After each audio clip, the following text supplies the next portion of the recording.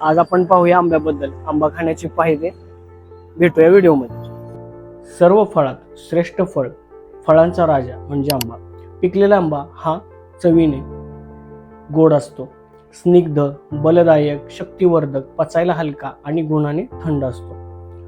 आंब्याचा रस म्हणजे आमरस हा आपण गूळ किंवा साखर टाकून बनवतो। तो शक्तिवर्धक, वीर्यवर्धक, वजन वाढवणारा असतो। आमरस बनवताना बरेच लोक त्यामध्ये दूध मिसळतात, पण फळांबरोबर दूध हे विरुद्ध अन्न सांगितले आहे, म्हणजे ते सेवन करू नये। आम्लपित्त आणि आंबा।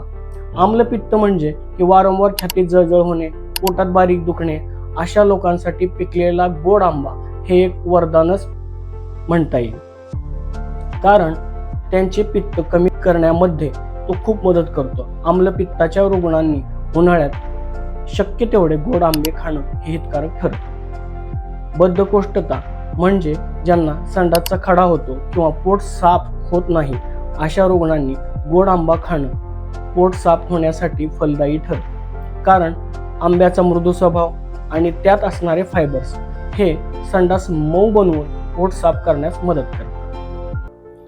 आंबा हा शक्तिवर्धन आणि वीर्यवर्धन यात खूप चांगला आहे, कारण तो शरीरातील रक्त आणि मांस वाढवण्यास मदत करतो। वजन वाढवण्यात, वीर्यवर्धनात आंबा खूप चांगली मदत करतो। ज्या रुग्णांना वारंवार आजारी पडल्यामुळे अशक्तपणा आला आहे, प्रकृती खालावलेली आहे, दीर्घ आजारी आहेत, यांना मधुर गुणात्मक आंबा त्यांची शक्ती व पुरुषांमध्ये वीर्यवर्धन करण्याचे काम हे खूप छान प्रकारे करतो।